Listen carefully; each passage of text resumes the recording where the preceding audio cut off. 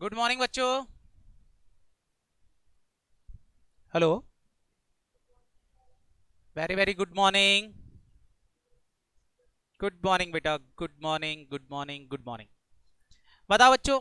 Good morning. कल हमारी class नहीं लग पाई। चलो आज हम उसकी रिकवरी कर लेते हैं। बच्चों अभी तक बताएं हमने क्या क्या पढ़ रखा है। सारे बच्चे जल्दी से बताएंगे, फटाफट फटाफट एक रिवीजन मारते हैं। जल्दी से बताएं क्या क्या आपने पढ़ लिया है, बोलें क्या क्या पढ़ लिया बच्चों। लिक्विडेशन दो तरीके से हो सकता है, कौन कौन से दो तरीके बताएं। एक पहला, लिक्विडेशन करने की दो प्रोसीजर हैं, या तो कंपनी कोड रूल फॉलो कर लो या फिर आईबीसी कोड 2016 फॉलो करो। कोई सा भी फॉलो करो।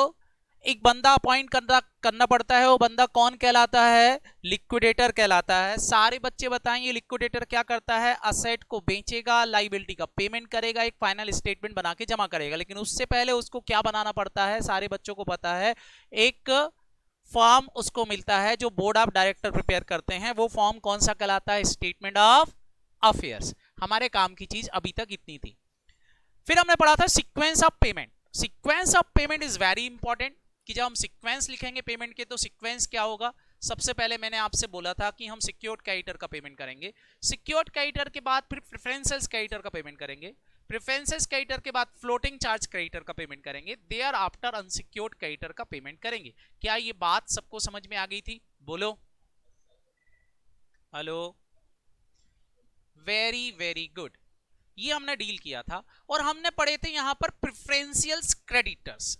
बताएगा कोई बच्चा मेरे को, प्रेफरेंशियल क्रेडिटर्स क्या होते हैं, कौन कौन से प्रेफरेंशियल क्रेडिटर हमने डील किए थे। तो बेसिकली तीन लोग हमारे प्रेफरेंशियल कैटेगरी की कैटेगरी में थे, गवर्नमेंट, एम्प्लॉय और ट्रिब्यूनल। सारे बच्चे बताएं। गवर्नमेंट को दो चीजें पे करना है, कौन कौन सी। एक तो उनके taxes and duties preceding 12 month from the date of winding up. और एक उनका ईएसआई, वो भी कौन सा होगा, preceding 12 month from the date of winding up.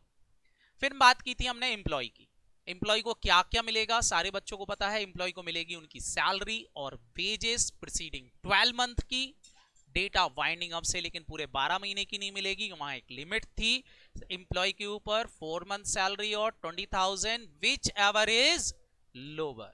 इसके अलावा एम्प्लॉय का पीएफ, एम्प्लॉय की ग्रेजुटी, एम्प्लॉय का बोनस, इस पे कोई लिमिट नहीं है, जितना है पूरा देना पड़ेगा।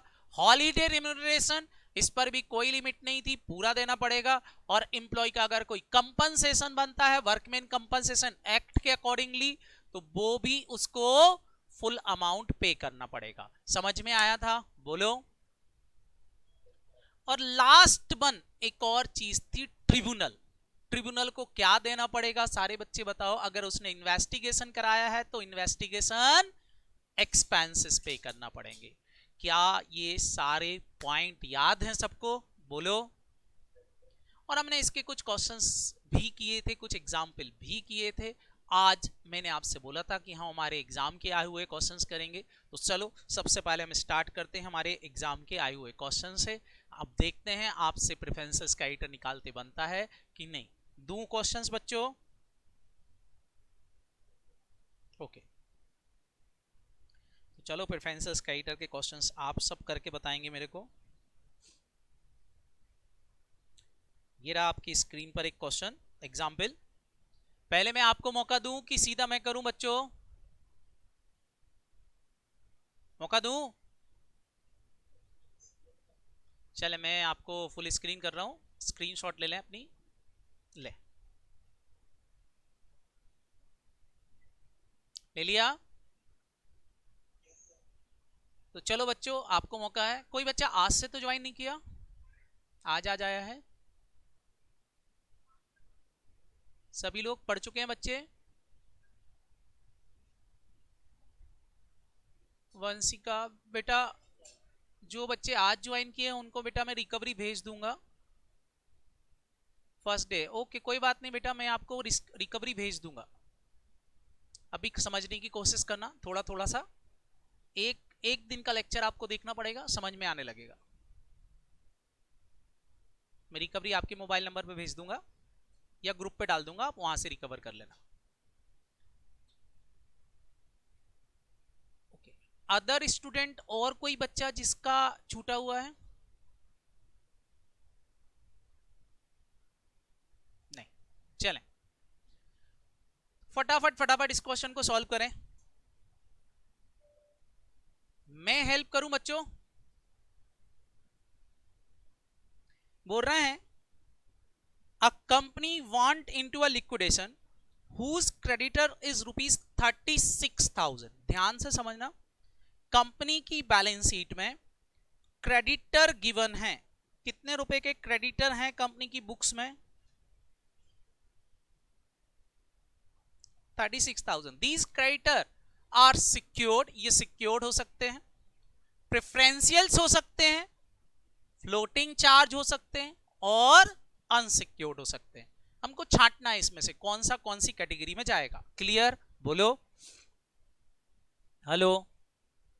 बिल्कुल, तो बच्चों ध्यान से देखेंगे। बोल रहे हैं this amount of 36,000 include 6,000 on the account of wages of 15 men at ₹100 per month for the 4 month। 4 महीने की वेजेस दी हुई है।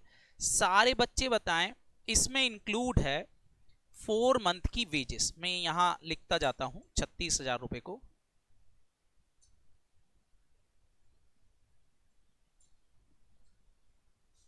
बताएं इसमें इंक्लूड है, बोल रहे हैं 6,000 रुपीज की वेजेस। सबसे पहले तो मेरे को बताओ ये 6,000 की जो वेजेस है ये कितने महीने की वेजेस है? बोलो। 4 महीने की वेजेस है और 15 आदमी की है, तो 20,000 से अगर मैं लिमिट लगाऊं तो सारे बच्चे बताओ ये तो 3 लाख से ऊपर पहुंच जाएगा अगर 20,000 वाली लिमिट लगा दें तो। बोलो, तो सारे बच्चे बताओ 3 लाख और 6,000 विच एवर इज लोअर क्या मान लिया जाएगा? जल्दी जल्दी बताएं मेरे को, ये वेजेस क्या मान ली जाएगी? क्या मान ली जाएगी बताएं, अनसिक्योर्ड या preferences creditor? Full amount is preferences creditor, इसमें कोई दिक्कत नहीं। आप बोलो तो मैं कैलकुलेशन समझाऊं कि समझ में आ गया? पक्का? क्योंकि ये 15 आदमी की है, 15 आदमी के हिसाब से तो एक आदमी की 20,000 तक प्रेफरेंसेस होती है, तो 15 आदमी की कितनी हो जाएगी? 3 लाख। 3 लाख और 4 महीने की सैलरी या wages which ever is lower, तो 6,000 फुल्ली प्रेफरेंसेस। आगे क्या बोल रहे हैं question? Immediately before the winding of, ठीक है, बोल रहे हैं 9,000 बीइंग अ सैलरी, इसके अलावा 9,000 रुपए की सैलरी भी है। 9,000 रुपए की क्या है बच्चों इसमें? सैलरी इंक्लूड है। और सैलरी में क्या बोल रहे हैं? ये सैलरी है 5 एम्प्लॉय की। सारे बच्चे बताओ सैलरी 5 एम्प्लॉय की है, एक लिमिट तो कौन सी वाली हो जाएगी? जल्दी जल्दी बताएंगे। एक लिमिट तो हो गई 20,000 वाली, 20,000 मल्टीप्लाई बाय 5 एम्प्लॉय, इस हिसाब से कितने रुपए हो गए? बोलो 1 लाख। और कौन सा अमाउंट लेना है? जल्दी जल्दी बताएंगे। और क्या लेना है मेरे को? 4 month salary whichever is higher या whichever is lower? Lower. अब यहां बोल रहे हैं 9,000 है और ये 9,000 कितने रुपए? 300 रुपए पर मंथ के हिसाब से प्रीवियस 6 मंथ की है। सारे बच्चे बताएं पिछले 6 महीने की है। ये 9,000 पिछले 6 महीने की, पूरा ले लूं क्या? डिवाइड बाय 6 मल्टीप्लाई बाय कितना कर दूं? बताओ कितना आ गया? 6,000। बताएं 1 लाख रुपए और 6,000 विच एवर इज लोअर, कितना प्रेफरेंसेस होगा? बोलो। तो प्रेफरेंसेस क्रेडिटर यहां भी मिल गए हमको, कितने रुपए? बोलो 6,000। इसका मतलब इसमें से 6,000 प्रेफरेंसेस हो गए हैं, तो बाकी क्या कहलाना हमारे बच्चों? फटाफट बोलो कितने रुपए? कितने रुपए? 3,000। 3,000 अनसिक्योर्ड में जाएगा। हेलो, ये हो गया मेरे 9,000 का ट्रीटमेंट। इसके बाद बोल रहे हैं इसमें रेंट है गोडाउन का, वो भी लास्ट 6 मंथ का। बताओ बेटा रेंट, रेंट प्रेफरेंशियल्स होगा क्या? कितने रुपए का रेंट है? बोल रहे हैं 3,000 रुपए का। सारे बच्चे जल्दी से बताएंगे 3,000 रुपए का रेंट कहां लिख दूं, बोलो, प्रेफरेंशियल्स में कि इसको तो अनसिक्योर्ड मान लें? अनसिक्योर्ड क्रेडिटर भले 6 महीने का हो, 10 महीने का हो, 3 महीने का हो, 2 महीने का, कोई फर्क पड़ेगा क्या? नहीं।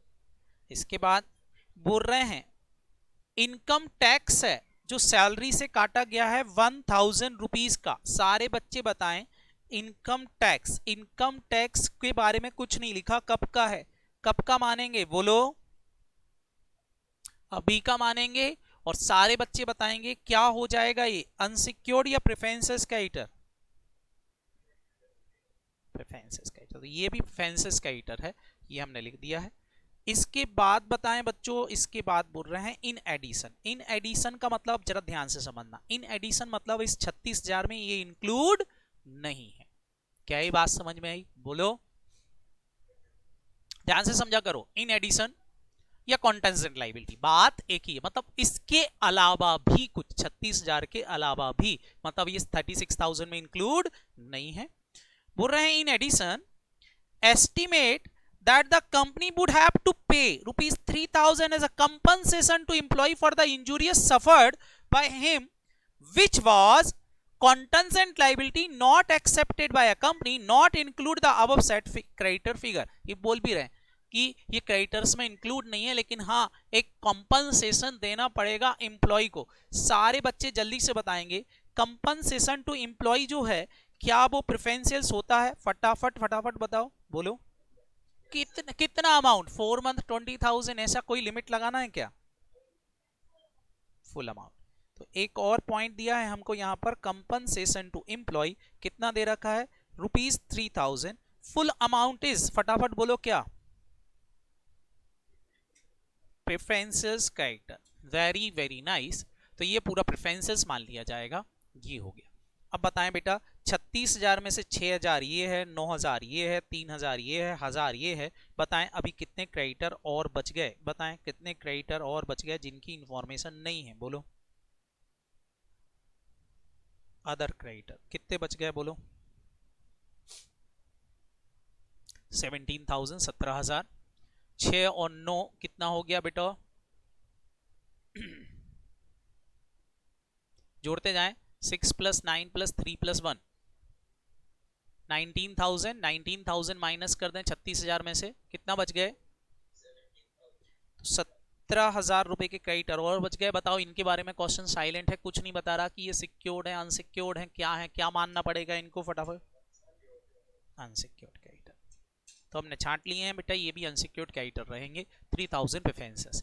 तो अल्टीमेटली अगर मैं आपसे बोलूं कि टोटल प्रेफरेंसेस क्रेडिटर कितने हो गए, टोटल प्रेफरेंशियल्स क्रेडिटर कितने हो गए, अगर मैं आपसे बोलूं तो बताओ बेटा प्रेफरेंसेस क्रेडिटर में कौन कौन आ जाएगा, जल्दी जल्दी बताएं। 6,000 रुपए की बेजेस, 6,000 रुपए की सैलरी, क्लियर है बच्चों? हेलो, 1,000 रुपए का इनकम टैक्स, ये इनकम टैक्स था। और बताएं बेटा फटाफट बोलो, एक और आया था जो हमारी बुक से बाहर था, 3,000 रुपए का कंपनसेशन।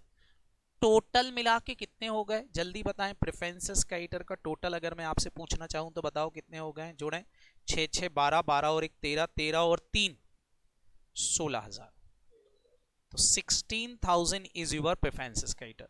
और अनसिक्योर्ड क्रेडिटर पूछूं कि बताओ बच्चों अनसिक्योर्ड क्रेडिटर कितने हैं आपके पास, तो अनसिक्योर्ड क्रेडिटर में एक तो 17,000 ये दे रखा है, 3,000 ये दे रखा, तो 17 और 3 कितना हो गया, 20। 20 और 3,000 रुपए की ये सैलरी थी, कितनी हो गई फटाफट बोलो, 20।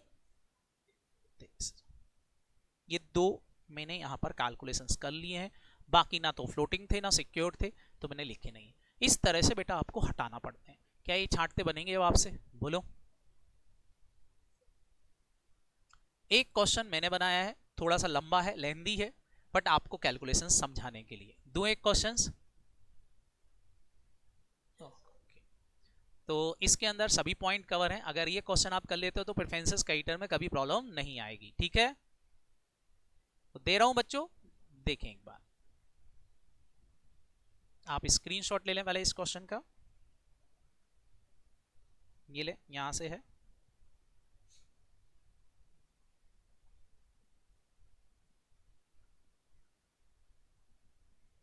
ले लिया बच्चों? एक थोड़ा सा और है नीचे, इसका भी ले ले। कंप्लीट। और अब आपको इसमें से छांटना है प्रेफरेंशियल क्रेडिटर। मौका मैं आपसे दूं कि मैं साथ साथ में पूछता जाऊं आपसे और आप बताते जाएंगे। क्या करना है बोले, बताएं बच्चों।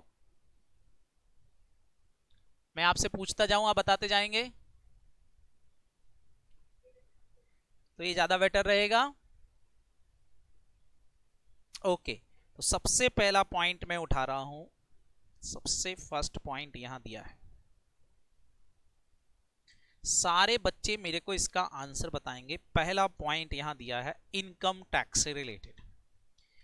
बोल रहे हैं government tax due and payable है 19-20 का, 20-21 का। बताएं बेटा कितना प्रेफरेंशियल क्रेडिटर होगा?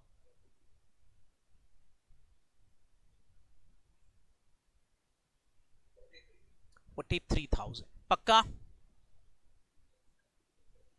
वेरी गुड, बच्चे बोल रहे हैं 43,000। वेरी वेरी नाइस बच्चों। इंपॉर्टेंट इज यहां पर दिया है टैक्स ड्यू। क्या दिया है फटाफट बोलो? टैक्स ड्यू मतलब दैट ईयर इज यूवर।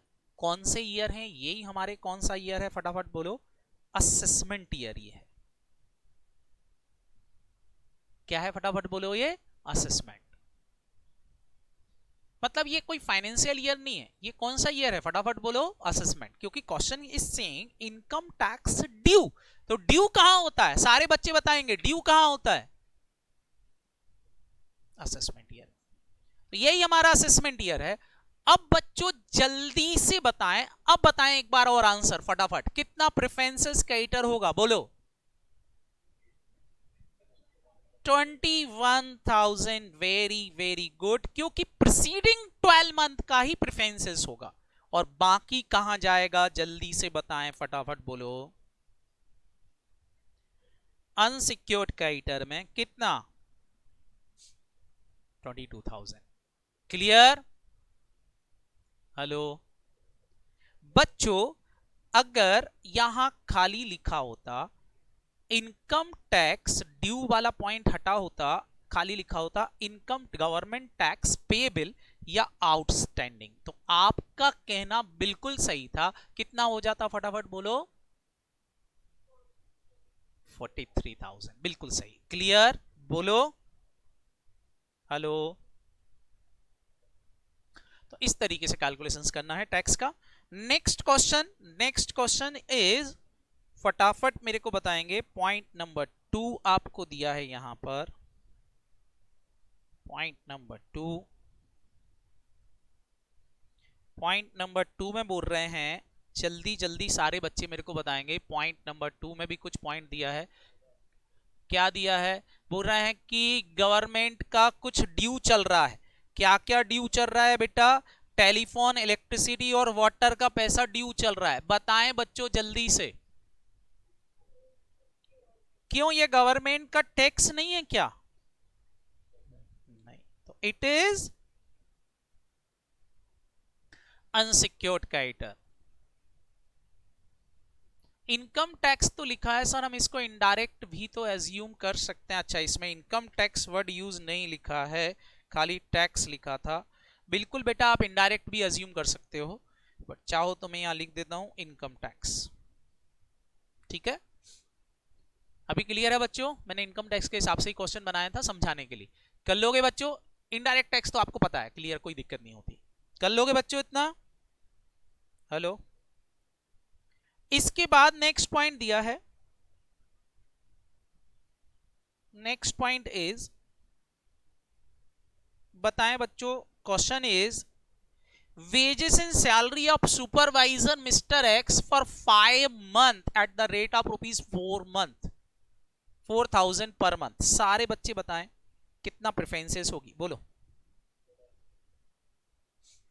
16,000 सारे बच्चों को पता है। टोटल मिला के सैलरी 5 महीने की आउटस्टैंडिंग है।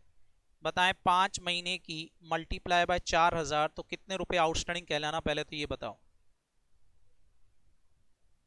मेरी आउटस्टैंडिंग सैलरी कहलानी 20,000, लेकिन 20,000 में से प्रेफरेंसेस कितनी होगी वो भी बच्चों को पता है। तो इसके हम दो पार्ट कर लेते हैं। कौन कौन से? एक तो मेरे को चाहिए प्रेफरेंसेस क्रेडिटर, और दूसरी कौन सी चाहिए फटाफट बोलो? अनसिक्योर्ड। प्रेफरेंसेस क्रेडिटर कितनी हो सकती है? सारे बच्चों को आता है प्रेफरेंसेस क्रेडिटर दो चीजें निकालते हैं, बताओ क्या क्या? 4 मंथ सैलरी और ₹20,000। एक ही बंदा है यहां पर मिस्टर एक्स, तो 20,000 विच एवर इज लोअर। बताएं 4 मंथ सैलरी कितनी हो जाएगी? 16,000 20,000 विच एवर इज लोअर। तो प्रेफरेंसेस क्रेडिटर कितने हो गए? 16। टोटल आउटस्टैंडिंग था 20, तो अनसिक्योर्ड में कितना चला जाएगा? 4। सही है, ये हो गया। नेक्स्ट पॉइंट सारे बच्चे बताएंगे जल्दी से। पॉइंट नंबर 4, अब बताएं पॉइंट नंबर 4। बोल रहे हैं वेजेस और salary of supervisor Z 6 month at the rate of ₹6,000 per month. पहले तो बताएं टोटल आउटस्टैंडिंग कितना है इसका? टोटल आउटस्टैंडिंग 36,000 में मेरे को प्रेफरेंशियल चाहिए। बताएं 36,000 में प्रेफरेंशियल क्रेडिटर कैसे निकालोगे? बोलो। प्रेफरेंशियल क्रेडिटर और अनसिक्योर्ड क्रेडिटर दोनों चाहिए इसमें से।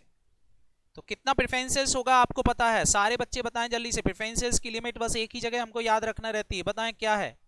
4 मंथ सैलरी, तो 4 मंथ सैलरी 6,000 रुपए के हिसाब से पर मंथ के हिसाब से 24,000 हो जाएगी। सही है क्या?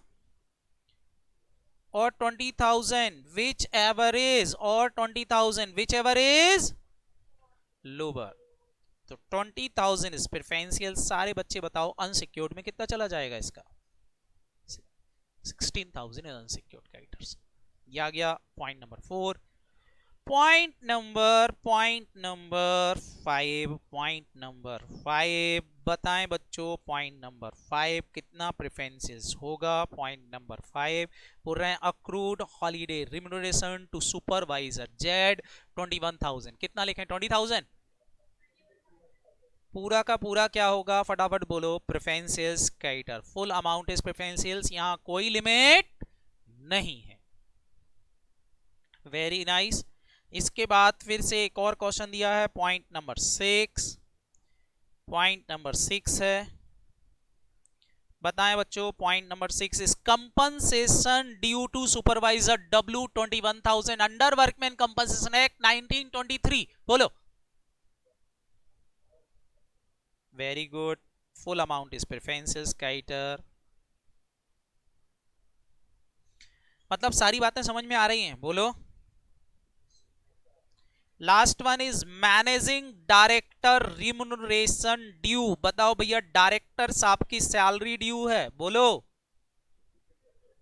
क्यों भैया इनको अनसिक्योर्ड क्यों? इनका 20,000 नहीं लेना? क्योंकि डायरेक्टर एम्प्लॉय नहीं है। 3 लोगों को ही हमको प्रेफरेंसेस मानना है, या तो गवर्नमेंट या एम्प्लॉय या ट्रिब्यूनल। क्या ये बात समझ में आई? बोलो। तो ये तो डायरेक्टर साहब एम्प्लॉय नहीं है, हटाओ। इसके बाद दे रखा है बेटा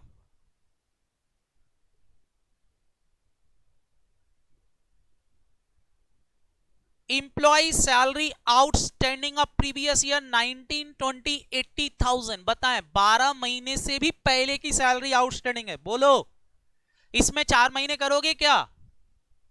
20,000 लगाओगे क्या? तो बताओ बेटा ये पूरा का पूरा क्या हो जाएगा? इंपॉर्टेंट बात क्या है सारे बच्चे बताएंगे। इंपॉर्टेंट क्या है कि भाई सैलरी जो होना चाहिए वो कौन सी होना चाहिए? जल्दी जल्दी बताएं, सैलरी कौन सी होना चाहिए? प्रीसीडिंग 12 मंथ में होना चाहिए। वो प्रीसीडिंग 12 मंथ में 4 महीने लेना है। उससे भी पहले की कोई है तो 4 महीने लगाने की जरूरत नहीं है। Very good. इसके बाद नेक्स्ट पॉइंट दिया है investigation expenses of a tribunal. Tribunal के इन्वेस्टिगेशन एक्सपेंसेस हैं। बताओ सारे बच्चे इन्वेस्टिगेशन एक्सपेंसेस ऑफ ट्रिब्यूनल कोई लिमिट है इसकी क्या? फुल अमाउंट इज फटाफट बोलो क्या? Preferences creditor, full amount is preferences creditor. और इसके बाद नेक्स्ट पॉइंट दिया है बेटा जीएसटी आउटस्टैंडिंग है भाई, जीएसटी आउटस्टैंडिंग है। बताओ जीएसटी आउटस्टैंडिंग है, ईयर नहीं बताया, करेंट ईयर का ही मानेंगे, बोलो। और फुल अमाउंट क्या हो जाएगा, बोलो, प्रेफरेंसेस क्रेडिटर हो जाएगा, इनडायरेक्ट टैक्स है। इसके बाद नेक्स्ट दिया है ईएसआई, ईएसआई आउटस्टैंडिंग है। बताएं सारे बच्चे ईएसआई में कितना प्रेफरेंसेस मानूं, बताओ बेटा, जो मेरा फर्स्ट ईयर का है। तो ये हमारा क्या होगा, फटाफट बोलो, प्रेफरेंसेस क्रेडिटर। और जो प्रीवियस ईयर का है बताओ ये क्या हो जाएगा, अनसिक्योर्ड क्रेडिटर। यहां तो ड्यू का वो देखने की जरूरत नहीं, असेसमेंट ईयर वगैरह देखने की जरूरत नहीं होती। इसके बाद बताएं बेटा लास्ट एक और पॉइंट दिया है क्वेश्चंस के अंदर, कंपनसेशन। बताएं बेटा लास्ट पॉइंट एक और दिया है, कंपनसेशन टू कस्टमर आउटस्टैंडिंग। क्यों, कंपनसेशन तो फुल्ली प्रेफरेंशियल होता है ना, एम्प्लॉय का कंपनसेशन। बस मैंने ये वर्ड यहां इसलिए लिखा है क्योंकि कई बार एग्जाम में हम जल्दबाजी में कंपनसेशन वर्ड देखा और प्रेफरेंसेस लिख देते हैं, बट ये कंपनसेशन किसका है, कस्टमर का। तो बच्चों ये अमाउंट क्या होगा, फटाफट बोलो, अनसिक्योर। काम खत्म। अब बताओ बच्चों, क्या अब प्रेफरेंसेस क्रेडिटर बहुत अच्छे से क्लियर हो गए? बिल्कुल। अब बच्चों हमने प्रेफरेंसेस क्रेडिटर पढ़ लिए हैं, सिक्योर्ड क्रेडिटर क्या होते हैं, प्रेफरेंसेस क्रेडिटर क्या होते हैं, और फ्लोटिंग चार्ज क्रेडिटर्स क्या होते हैं, और अनसिक्योर्ड क्रेडिटर क्या है। क्या ये चारों टाइप आपको समझ में आ गए हैं? बोलो। तो चलो मैं एक वापस से पूछता हूं, सारे बच्चे बताएंगे। सिक्योर्ड क्रेडिटर मतलब स्पेसिफिक असेट, वेरी गुड बेटा, चार्ज अगेंस्ट स्पेसिफिक असेट, जैसे लिखा है bank loan secured by land and building, तो इट इज सिक्योर्ड। अच्छा, फ्लोटिंग चार्ज मतलब चार्ज अगेंस्ट असेट, लेकिन कौन सी असेट ये नाम बताया नहीं है, तो फिर वो क्या हो जाएगा, फटाफट बोलो, floating charge. Very good. Preferences creditor, जो ये हमारी लिस्ट के अंदर है, बस इतने ही प्रेफरेंसेस होंगे, इसके अलावा और कोई प्रेफरेंशियल्स नहीं होगा। फिर लास्ट वन एक और, इनके अलावा प्रेफरेंशियल्स, इन सबको हटाने के बाद जो बचा खुचा है वो सब क्या होगा, बोलो, अनसिक्योर्ड क्रेडिटर्स होगा। क्लियर बच्चों? हेलो बच्चों, अब सिक्योर्ड क्रेडिटर का एक कॉन्सेप्ट और पढ़ेंगे हम, उसके बाद फिर हमारे हम क्वेश्चंस पर आ रहे हैं। Secured creditor,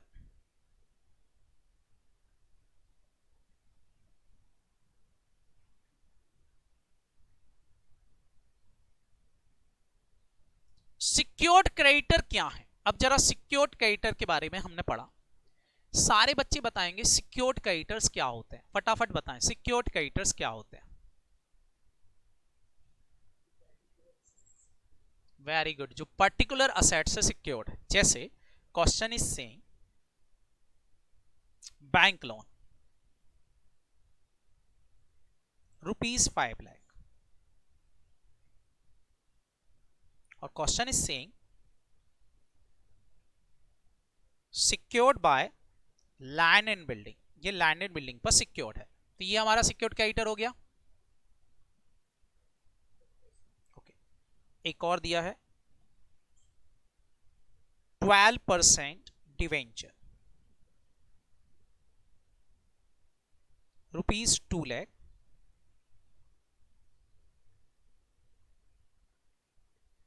secured by stock, ये स्टॉक पर सिक्योर्ड है। बताओ बेटा ये भी क्या हो गया, सिक्योर्ड क्रेडिटर। अब यहां पर एक इंपॉर्टेंट बात है, मैं आपको एक यहां पर पॉइंट दे रहा हूं, जैसे दिया है आपको कि लैंड एंड बिल्डिंग की रियलाइजेबल वैल्यू, इससे कुल मिला के जो रियलाइज्ड होगा वो कुल मिला के 4.5 लाख रुपए ही रियलाइज्ड होगा। कितना रियलाइज्ड हो पाएगा फटाफट बोलो? 4.5। अब ये आपको पता चल रहा है। और दूसरा दिया है स्टॉक से जो रियलाइज्ड होगा वो है 2,10,000। अब मैं आपसे सबसे पहले इस बैंक लोन की बात करूंगा। सारे बच्चे बताओ मेरे को, बैंक लोन कितने का था? बताओ 5 लाख रुपए क्या पूरा सिक्योर्ड हो पाया? सारे बच्चे बताओ। आप पेमेंट करने जाओगे लैंड एंड बिल्डिंग से, तो लैंड एंड बिल्डिंग का ही पैसा इनको दे सकते हो, बोलो। तो बताओ बेटा, इस 5 लाख में से कितना अमाउंट ही सिक्योर्ड हो पाएगा? जल्दी जल्दी मेरे को बताएंगे कितना अमाउंट ही सिक्योर्ड हो पाएगा? 4 लाख। तो बेटा सिक्योर्ड क्रेडिटर जो माने जाएंगे वो कितने माने जाएंगे अगर मैं बात करूं तो बोलो? Up to the amount of value of securities और loan amount whichever is lower. दोनों में से जो कम होगा बस उतना ही सिक्योर्ड होगा, बोलो। तो फिर इसका जो 50,000 बच गया उसका क्या? क्या उसको 50,000 मिलेगा ही नहीं? मिलेगा, लेकिन उस 50,000 को उसको कैसा मिलेगा फटाफट बोलो? एज अ अनसिक्योर्ड क्रेडिटर मिलेगा। बस इतना आपको ध्यान रखना है। समझ में आया कि नहीं बोलो? ऐसा नहीं कि उसको 50 मिलेगा ही नहीं, मिलेगा, लेकिन कैसा मिलेगा? एज अ अनसिक्योर्ड क्रेडिटर मिलेगा। तो सिक्योर्ड क्रेडिटर का वो वाला पार्ट अमाउंट जो कि उसकी रियलाइजेबल सिक्योरिटी से नहीं मिल पाता है, वो भी क्या मान लिया जाएगा? फटाफट बोलो, अनसिक्योर्ड क्रेडिटर मान लिया जाएगा। क्लियर? इसके अलावा बच्चों मैं यहां पर एक और चीज आपसे पूछ रहा हूं, बताओ। दूसरे थे आपके 12% डिवेंचर। बताओ 12% डिवेंचर जो आपके पास दिए हैं, कितने रुपए के 12% डिवेंचर्स दे रखे हैं? 2 लाख के। बताओ यहां असेट से रियलाइज्ड हो गया 2,10,000। बताओ इसमें से बताएं बच्चों, क्या ये फुल्ली सिक्योर्ड माने जाएंगे? बोलो। That is were fully secured creditor. Clear? बोलो। लेकिन ये जो 10,000 एक्स्ट्रा मिल गया है, बताओ ये 10,000 रुपए कहां काम आएगा? बताओ 2 लाख तो इनको दे देंगे, चलो 10,000 का पेमेंट कहां काम आएगा? जल्दी जल्दी बताएं। 10,000 रुपए से किसी को पेमेंट करोगे कि नहीं? बिल्कुल। अब 10,000 से हम प्रेफरेंशियल क्रेडिटर का भी पेमेंट करेंगे, फ्लोटिंग चार्ज क्रेडिटर का भी पेमेंट करेंगे और अनसिक्योर्ड क्रेडिटर। तो 10,000 रुपए जो बच गए वो आधा जगह पेमेंट में काम आएंगे। क्लियर है कि नहीं बोलो? तो ये थे हमारे सिक्योर्ड क्रेडिटर। अब कोई पूछता है व्हाट इज सिक्योर्ड क्रेडिटर, तो आप दो चीजें बोलोगे। पहली चीज तो क्या, ध्यान से सुनना, it is secured by specific asset. Clear? बोलो। दूसरी चीज क्या बोलोगे? फटाफट बोलो। सिक्योर्ड क्रेडिटर का अमाउंट, मतलब सिक्योर्ड क्रेडिटर अमाउंट और वैल्यू ऑफ रियलाइजेबल सिक्योरिटी या asset which ever is lower, बस उतना ही सिक्योर्ड होगा। बाकी सब कहां जाएगा? फटाफट बोलो, अनसिक्योर्ड में जाएगा। तो क्या ये बच्चों सिक्योर्ड क्रेडिटर भी क्लियर है सबको? चलो, तो अब बेटा हमारा चैप्टर हम स्टार्ट कर सकते हैं इतने कॉन्सेप्ट पढ़ने के बाद। आप बोलोगे सर अभी तक क्या कर रहे थे आप? अभी तक तो मैं केवल भूमिका जमा रहा था कि देखो चैप्टर हमको पढ़ना है और ये सब चीजें हमको पता होना चाहिए। क्लियर बच्चों? तो चलो स्टार्ट करें। बिल्कुल सर। तो लिखेंगे, हेडिंग डालेंगे। सबसे पहले क्या पढ़ाने वाले हैं सर आप हमको इसमें? सबसे पहले मैंने आपसे बोला था 2 तरह के क्वेश्चंस बनेंगे। सारे बच्चे बताएंगे कौन कौन से 2 तरह के क्वेश्चंस मैंने आपको बताए थे?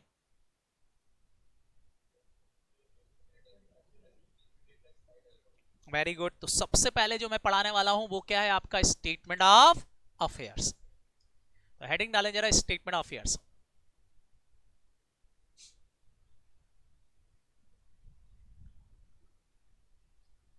अब बच्चों मैं आपसे जो पूछूंगा उसका आंसर देना। स्टेटमेंट ऑफ अफेयर्स कौन बनाता है?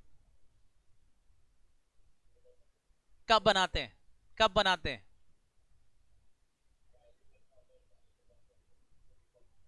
बिल्कुल बेटा, सबसे पहला काम बाइंडिंग ऑफ का ऑर्डर पास होगा, लिक्विडेटर दौड़ लगा के किसके पास जाएगा सबसे पहले मटकते हुए? बोलो।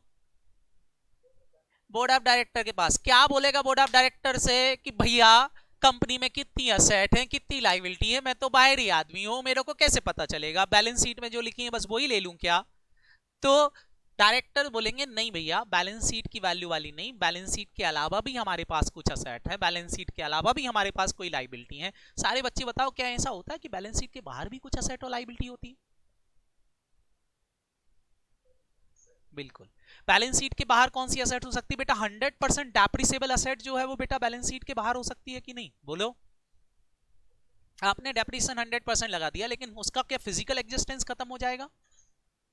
नहीं। जैसे मेरे पास 10 कूलर पड़े थे, मैंने 10 कूलर को राइट ऑफ कर दिया बुक में से 100% डेप्रिसिएशन लगा के, लेकिन सारे बच्चे बताओ क्या क्या वो मेरी बिल्डिंग से भी बाहर हो गए कि बिल्डिंग के अंदर अभी भी रखे हैं? रखे।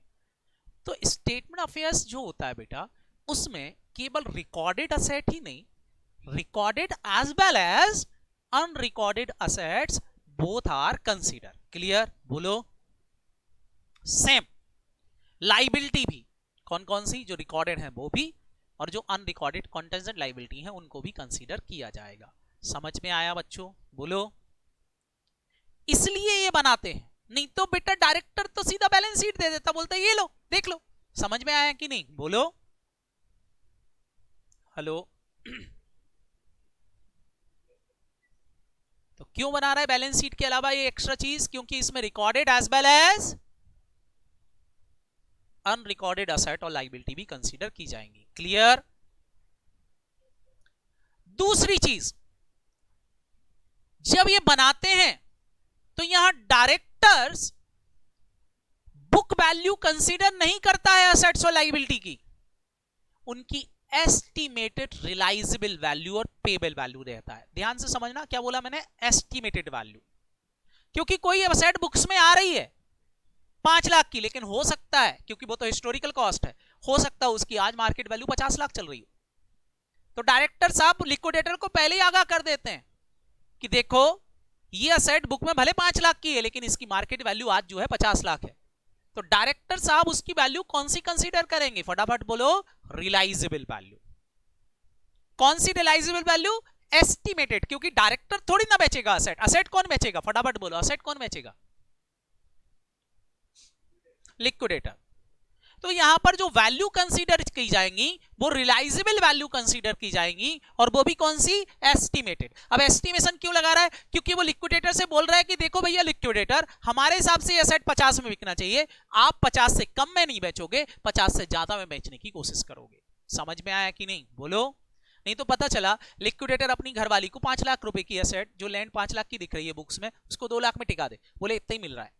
तो डायरेक्टर पहले से ही क्या करते हैं? फटाफट बोलो। एस्टिमेशंस लगा के लिक्विडेटर को स्टेटमेंट ऑफ अफेयर्स में दे देते हैं कि देखो भैया इस हिसाब से एसेट बिकना चाहिए और इस हिसाब से लायबिलिटी का पेमेंट होना चाहिए, आप देख लो, आप इससे अच्छा करना है, इससे बुरा नहीं करना है। समझ में आया कि नहीं? बोलो। तो स्टेटमेंट ऑफ अफेयर्स क्या है? मैंने बोला स्टेटमेंट ऑफ अफेयर्स एक ऐसा फॉर्म है जो कौन बनाता है? बोर्ड ऑफ डायरेक्टर प्रिपेयर करते हैं।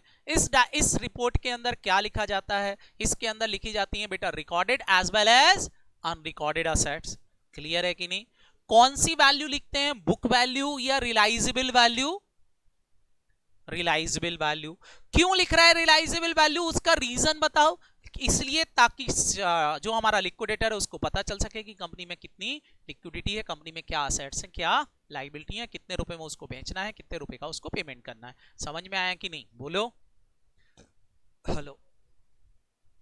तो ये रिलाइजेबल वैल्यू पर बनेगा, इसलिए बेटा बैलेंस शीट ना देकर ये डायरेक्टर्स अलग से एक स्टेटमेंट बनाते हैं। इसका फॉर्म नंबर नोट करेंगे। फॉर्म नंबर है बेटा इसका 57 under court rule. Court rule बोलते हैं, फॉर्म नंबर कौन सा है? 57। और जो 57 फॉर्म है उसी फॉर्मेट में इनको स्टेटमेंट ऑफ अफेयर्स बनाना पड़ता है, मतलब फॉर्मेट इनका फिक्स है। क्लियर बच्चों? Hello hello. कौन सा फॉर्म नंबर बोला? फॉर्म नंबर याद रखेंगे कौन सा? 57। कई बार एग्जाम में आ जाता प्रिपेयर फॉर्म नंबर 57, बच्चे सिर खो जाते हैं 57 कौन सा फॉर्म आ गया, ये पता नहीं एग्जाम में क्या पूछ लिया, जबकि वो पढ़ के गए क्या है? Statement of affairs. Clear? Format fix है, आप इसमें चेंज नहीं कर सकते। सबसे पहले मैं फॉर्मेट को आपको दिखा रहा हूं, उसके बाद फिर मैं आपको समझाऊंगा। फॉर्मेट में क्या है बेटा, फॉर्मेट के अंदर लिस्ट है। लिस्ट किसकी है, जो आपने ऑलरेडी पढ़ी हुई है। कौन कौन सी लिस्ट है, ये ढेर सारी list, A list, B list, C list, D list, E list, F list, ji list, H, कुल मिला के कितनी लिस्ट है, फटाफट बोलो। बिल्कुल बेटा, ये फॉर्म नंबर लिखना भी पड़ता है, कैसे बनेगा मैं समझाऊंगा, पहले तो आप इसको एक बार देख लो क्या है। बहुत इजी है, डिफिकल्ट नहीं है, बहुत इजीली हम बना लेंगे। ध्यान से सुना, कौन कौन सी लिस्ट है, list A, list B, list C, list D, list E, list F, list G और लिस्ट एच। कुल मिला के कितनी लिस्ट बनाना है, एच तक। क्लियर, बोलो। आप बोलोगे सर इस लिस्ट में लिखेंगे क्या, इस लिस्ट में डिटेल कुछ इस तरह की होगी। कौन सी डिटेल होंगी, ये सब। लिस्ट ए जो रहेगी हमारी, वो रहेगी, उसमें उन असेट के नाम लिखेंगे जो स्पेसिफिकली सिक्योर्ड नहीं है, जो किसी भी लोन पर स्पेसिफिकली सिक्योर्ड नहीं है, उनको कहां लिखेंगे, लिस्ट ए के अंदर। लिस्ट बी में कौन सी असेट लिखेंगे, लिस्ट बी में वो असेट लिखेंगे जो किसी स्पेसिफिकली क्रेडिटर पर सिक्योर्ड है। क्लियर, बोलो। तो असेट की कितनी लिस्ट बनेगी, दो, एक कौन सी, अनसिक्योर्ड असेट की, और दूसरी कौन सी, सिक्योर्ड असेट की। समझाऊंगा अभी आपको। क्लियर है बच्चों। अब पेमेंट की बात करते हैं। तो पेमेंट बेटा सिक्योर्ड असेट से तो सिक्योर्ड क्रेडिटर का पेमेंट हो जाएगा, तो सिक्योर्ड क्रेडिटर तो लिस्ट बी में ही आ जाएंगे। लिस्ट बी दो चीजों की होगी, सिक्योर्ड असेट की भी और सिक्योर्ड क्रेडिटर की भी। अब बताओ सिक्योर्ड क्रेडिटर के पेमेंट के बाद किसका पेमेंट किया जाता है, सारे बच्चे जल्दी से बताएंगे। सिक्योर्ड क्रेडिटर के पेमेंट के बाद किसका पेमेंट होता है, तो लिस्ट सी में आएंगे प्रेफरेंसेस क्रेडिटर। प्रेफरेंसेस क्रेडिटर के पेमेंट के बाद कौन आएगा, सारे बच्चे बताएं। Secured by floating charge, floating charge creditor, सीधा बोलोगे फ्लोटिंग चार्ज क्रेडिटर, चाहे वो डिवेंचर होल्डर हो चाहे कोई भी हो। उसके बाद फिर किसका पेमेंट करोगे, फ्लोटिंग चार्ज के बाद, जल्दी से बताएं। अनसिक्योर्ड क्रेडिटर, तो लिस्ट ही हमारी अनसिक्योर्ड क्रेडिटर की होगी। लिस्ट एफ में आएंगे प्रेफरेंस शेयर होल्डर, लिस्ट जी में आएंगे इक्विटी शेयर होल्डर, और सबसे लास्ट में आएंगे हमारे reserve and surplus, list H. Clear, बोलो। ये लिस्ट है, हालांकि लिस्ट कुछ नहीं है बेटा, वो सीक्वेंस ही है। समझ में आया, बस A B C D E F G H करके लिखना है, ठीक है, बोलो। अब क्या है स्टेटमेंट ऑफ अफेयर्स, देखो बच्चों मैं आपको समझा रहा हूं स्टेटमेंट ऑफ अफेयर्स क्या है, ध्यान से समझेंगे सारे बच्चे। ओके बच्चों, हेलो, तो चलो स्टेटमेंट ऑफ अफेयर्स पे चलते हैं।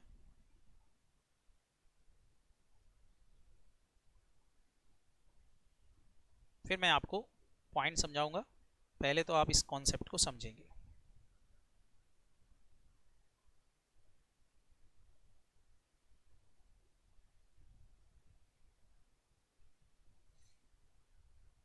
स्टेटमेंट ऑफ अफेयर्स समझाने के लिए मैं आपको ले रहा हूं एक बैलेंस शीट। अभी अपनी कॉपी में एक बैलेंस शीट बना लें।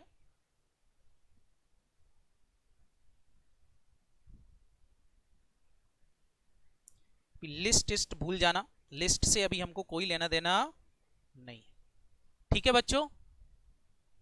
हेलो, ओके, देखिए question is saying, balance sheet के अंदर है इक्विटी शेयर्स कैपिटल 5 लाख रुपए की, प्रेफरेंस शेयर कैपिटल 2 लाख रुपए की, बैंक लोन है 1 लाख रुपए का,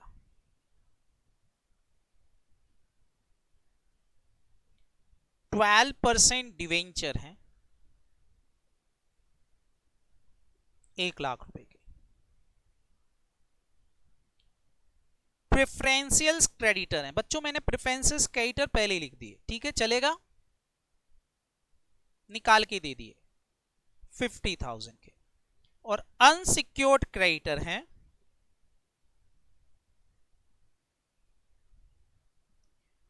1.5 लाख रुपए के। बताएं बच्चों बैलेंस शीट का टोटल कितना आ गया,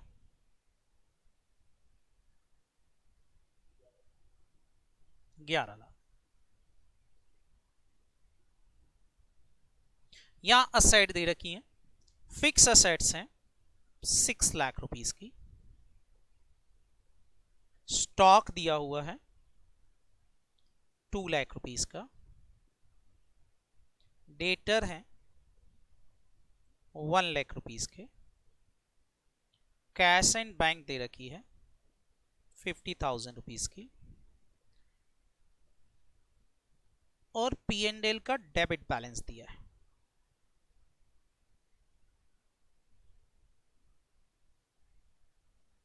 P&L का डेबिट बैलेंस दिया है, कितने रुपए पड़ गए, बच गए, बताएं बच्चों? 1,50,000।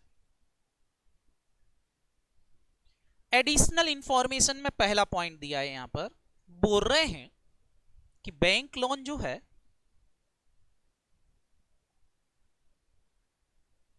बोल रहे हैं ये सिक्योर्ड है,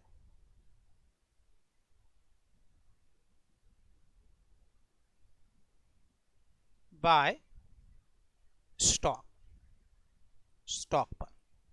ठीक है, बोलो। और दूसरा पॉइंट दिया है एस्टिमेटेड रियलाइजेबल वैल्यू, आपको दे रखी है। बोल रहे हैं जो फिक्स असेट है ना, इस फिक्स असेट से 7 लाख रुपए मिल जाएंगे, और जो स्टॉक है ना, इस स्टॉक से 1,80,000 रुपए मिल जाएंगे। ठीक है, बोलो। सारे बच्चे बताएं, it is a actual value या एस्टिमेटेड वैल्यू? एस्टिमेटेड वैल्यू ये दी हुई है। और आपसे बोल रहे हैं prepare the statement of affairs, आपको स्टेटमेंट ऑफ अफेयर्स बनाना है, बस ये क्वेश्चन हो गया। तो बच्चों अब देखो स्टेटमेंट ऑफ अफेयर्स कैसे बनता है, it is very easy format. List तो हम बाद में लिख लेंगे। मैं यहां हेडिंग डाल रहा हूं स्टेटमेंट ऑफ अफेयर्स। क्या हेडिंग डाल रहा हूं, फटाफट बोलो। Statement of affairs. कुछ नहीं करना है, इस बैलेंस शीट को वर्टिकल फॉर्मेट में बना देना है। कौन से फॉर्मेट में बना देना है, फटाफट बोलो, जोर से बोलो। वर्टिकल फॉर्मेट में। और यहां लिख देंगे एस्टिमेटेड रियलाइजेबल वैल्यू। सबसे पहले हम क्या लिखेंगे इसमें, सबसे पहले हम लिखेंगे वो असेट जो असेट सिक्योर्ड नहीं है। बताओ बेटा मेरा कौन सी असेट ऐसी है जो केवल सिक्योर्ड है, सारे बच्चे बताएं। केवल स्टॉक, बोलो। तो जो असेट सिक्योर्ड नहीं है उनको ये बोल रहे हैं लिख दो कहां पर, फटाफट बोलो, लिस्ट ए में। उनको लिस्ट ए मान लो। ठीक है, मान लिया लिस्ट ए। कौन कौन सी असेट है, फटाफट बोलो। सबसे पहले फिक्स असेट दे रखी, बताओ फिक्स असेट की वैल्यू 6 लाख रुपए है। बताएं मैं 6 लाख लूंगा कि रियलाइजेबल वैल्यू लूंगा? रियलाइजेबल। यहां लिख देंगे फिक्स असेट 6 लाख रुपए की। और बताएं फिक्स असेट के बाद क्या है बच्चों, जल्दी जल्दी बताएंगे। फिक्स असेट के बाद स्टॉक लिखूं क्या अभी? नहीं, स्टॉक कहां आएगा, सिक्योर्ड असेट में, इसको छोड़ देते हैं। और बताएं क्या ले लूं, फटाफट बोलो। डेटर, डेटर कितने के हैं, 1 लाख। लेकिन डेटर की रियलाइजेबल वैल्यू नहीं दे रखी, तो क्या करें बेटा बताओ। अगर किसी की रियलाइजेबल वैल्यू नहीं दे रखी तो बुक वैल्यू को ही रियलाइजेबल वैल्यू मान लेंगे, बोलो। हेलो, तो बुक वैल्यू को ही रियलाइजेबल वैल्यू मान लेंगे 1 लाख रुपए। ठीक है, डेटर लिख लिया। डेटर के बाद क्या है बेटा, कैश एंड बैंक। क्या लिख दूं, कैश एंड बैंक? कितने रुपए का है कैश एंड बैंक? 50,000। सारे बच्चे जल्दी से बताएं P&L, P&L कोई असेट है क्या? नहीं, P&L is a reserve and surplus. तो छोड़े, ये बन गई मेरी लिस्ट ए। बताओ बेटा लिस्ट ए का टोटल कितना आ गया? 7 लाख 50। मतलब असेट से 7,50,000 मिल जाएंगे। बताओ बहुत टफ काम है। सॉरी मैंने बेटा 6 लाख लिख दिया क्या, oh sorry 7 lakh. Realisable value लिखना है 7 लाख। हाँ अब बताएं कितना हो जाएगा, ये 7 और 1 8,50,000। ओके, समझ में आ गया बच्चों, बोलो।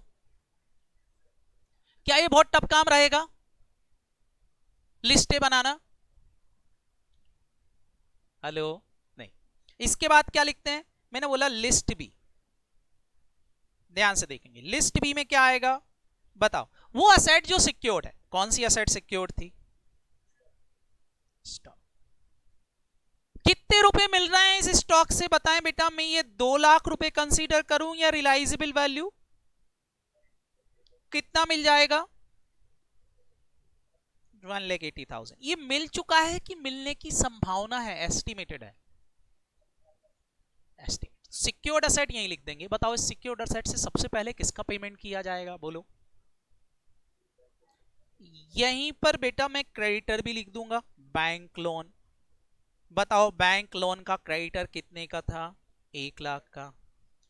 तो 1 लाख रुपए पूरा पेमेंट हो जाएगा। बताओ बेटा 1 लाख का पेमेंट करने के बाद भी जो पैसा बचेगा क्या वो पैसा किसी और के काम आएगा बोलो? तो वो कितना बच गया फटाफट बोलो? मैंने बाहर लिख दिया 80,000। क्लियर? सारे बच्चे बताओ सिक्योर्ड क्रेडिटर का पेमेंट करना बाकी रहा कि हो गया? हो गया। हमने सबसे पहले उसी को पे कर दिया। ठीक है बोलो?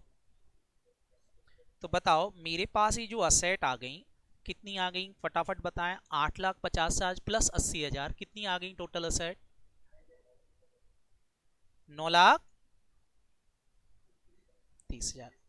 ये टोटल असेट अब बताओ किस किस के पेमेंट में काम आएंगी? सारे बच्चे बताएंगे ये टोटल अब किस किस के पेमेंट में काम आएंगी? जल्दी जल्दी बोलेंगे, फटाफट बताएंगे। बताएं सिक्योर्ड क्रेडिटर के पेमेंट के बाद अब किसका पेमेंट होता है? तो बस बोले यहां लिख दो लिस्ट सी और लिख दो यहां पर प्रेफरेंसेस क्रेडिटर। क्या हमारे क्वेश्चन में प्रेफरेंसेस क्रेडिटर गिवन है बोलो? है ये रहे, मैंने दे दिए थे। कितने के हैं? 50,000। हालांकि ये हमको निकालना पड़ेंगे और निकालना मैंने सिखा दिया है आपको बोलो। तो 50,000 माइनस, बताओ इनको देने के बाद भी हमारे पास कुछ पैसा बच जाएगा क्या? कितना बच गया? कितना बच गया? 880 का अभी भी बैलेंस बच गया। अच्छा बताओ अब किसको देंगे? प्रेफरेंसेस क्रेडिटर को भी दे दिया, अब किसको देंगे? फ्लोटिंग चार्ज को। किसको देंगे? याद करो फ्लोटिंग चार्ज क्रेडिटर्स क्या होते हैं? हालांकि मिलना चाहिए था इनको पहले, लेकिन बीच में कौन घुस गया? घुसपैठिया कौन? प्रेफरेंसेस। इसलिए बेचारों को नीचे आना पड़ा।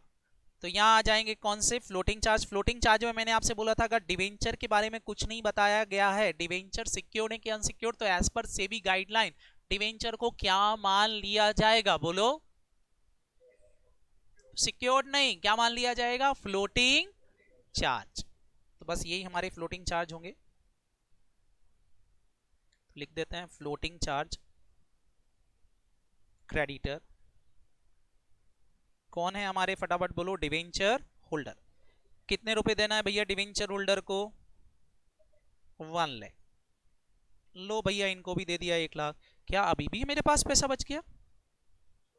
कितना बच गया? 7,80,000। अब बताओ 7,80,000 अभी भी बचा है, अब किसको पे किया जाएगा जल्दी बताओ? अरे अरे अरे, तो सी के बाद डी, डी के बाद ई, ई में किसका नाम लिख दूंगा फटाफट बोलो? Unsecured creditor. Unsecured creditor question में कितने हैं मैंने ऑलरेडी दे रखे हैं। कितने रुपए दे रखे? 1.5 लाख। तो 1,50,000 यहां लिख दो, 1.5 लाख रुपए। बताओ 1.5 लाख रुपए देने के बाद भी कुछ बचेगा बच्चों क्या? 630 बच गया। अब बताओ आउटसाइडर का पेमेंट होने के बाद, आउटसाइडर का पेमेंट होने के बाद पेमेंट किया जाता शेयर होल्डर का, लेकिन बताओ सारे बच्चे शेयर होल्डर में सबसे पहले किसको पेमेंट किया जाएगा बोलो? ये हो गई लिस्ट एफ। लिस्ट एफ में कौन आएंगे फटाफट बोलो? Preference share holder. और प्रेफरेंस शेयर होल्डर कितने हैं जल्दी जल्दी बताएं? 2 लाख रुपए के। तो लो भैया 2 लाख रुपए इनको दे दो। बताओ 2 लाख रुपए इनको देने के बाद, प्रेफरेंस शेयर होल्डर को देने के बाद, बताओ बेटा कितना बैलेंस बचा? 4,30,000। 430 बच गया। अब बताओ बेटा ये 430 का पेमेंट भी हमको करना है। इसके बाद सबसे लास्ट में कौन आएगा? तो लिस्ट क्या नाम लिख दें, इक्विटी शेयर होल्डर लिस्ट जी।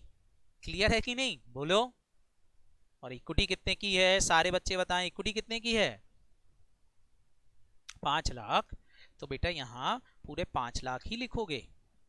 कितना लिखेंगे फटाफट बोलो, 5 लाख।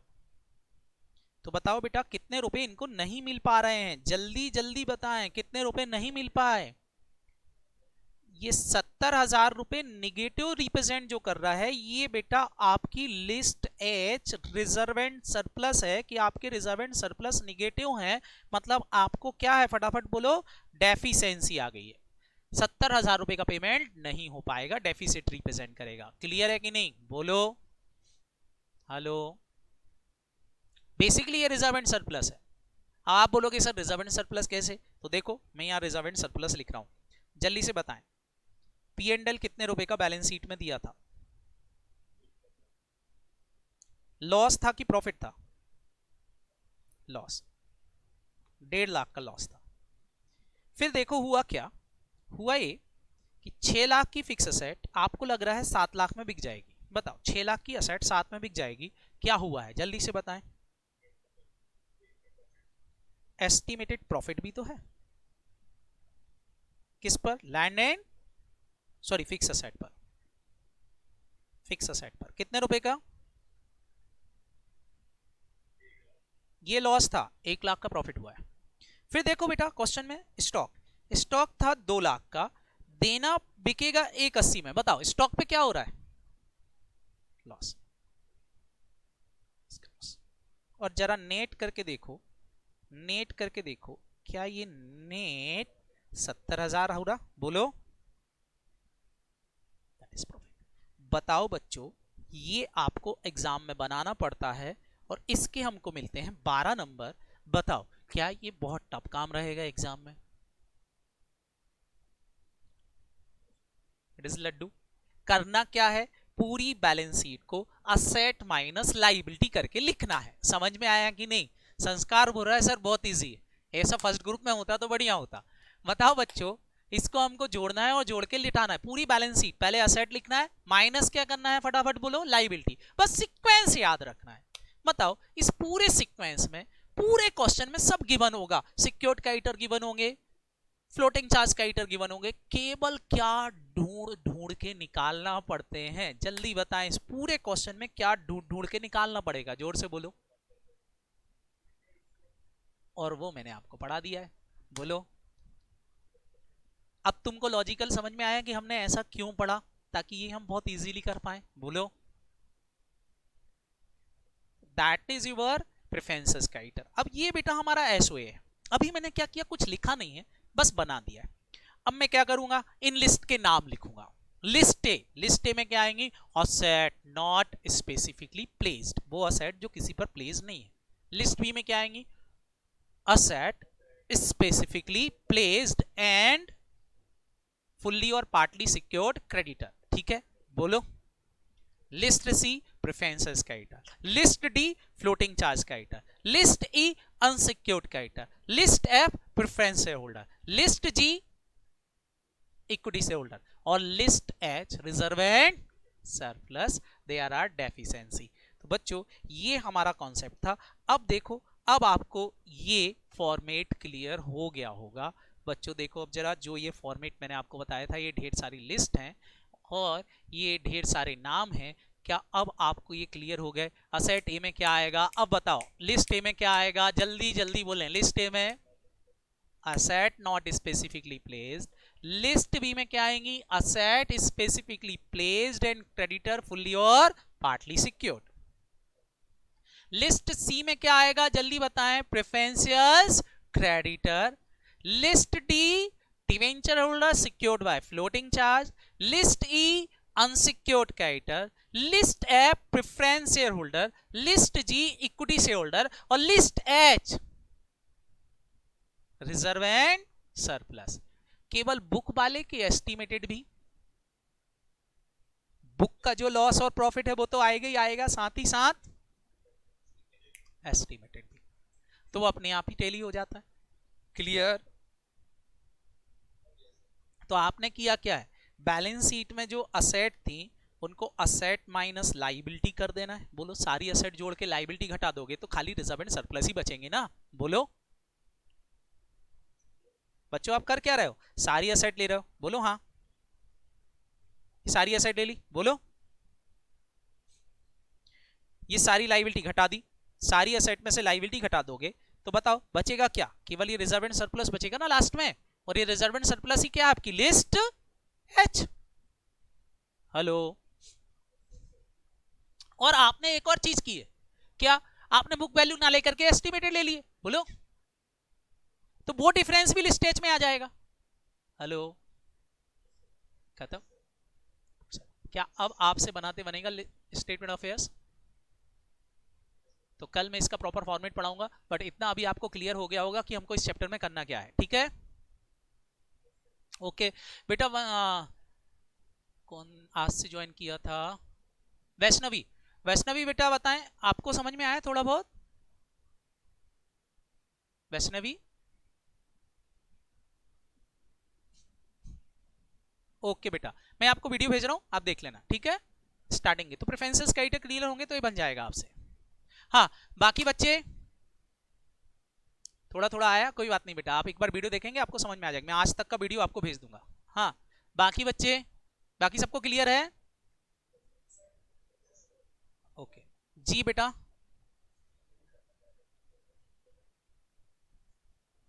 अगर वो सिक्योर्ड होंगे तो बी में आ जाएंगे, और अनसिक्योर्ड डिवेंचर होंगे तो कहां चले जाएंगे, वो नाम है बेटा, नाम जनरली वो इसलिए लिख दिया था क्योंकि सेबी बोलती है कि डिवेंचर को कभी अनसिक्योर्ड नहीं मानना है, इसलिए उसने फॉर्मेट के अंदर लिखा है debenture holder secured by floating charge, इसलिए वो नाम में फिक्स है, हम नाम चेंज नहीं कर सकते, नहीं तो मैं चेंज करवा देता, खाली फ्लोटिंग चार्ज का आइटम लिखवा देता। समझ में आया, क्लियर, क्योंकि it is a statutory format, और मैंने आपसे बोला था हम स्टैट्यूटरी लिक्विडेशन पढ़ रहे हैं, हम कोई चेंज नहीं कर सकते, जैसा है वैसा बनाना है। समझ में आया, ओके चलो तो मिलते हैं कल, बाय बाय, बाय बच्चों, बाय बच्चों, बाय बाय।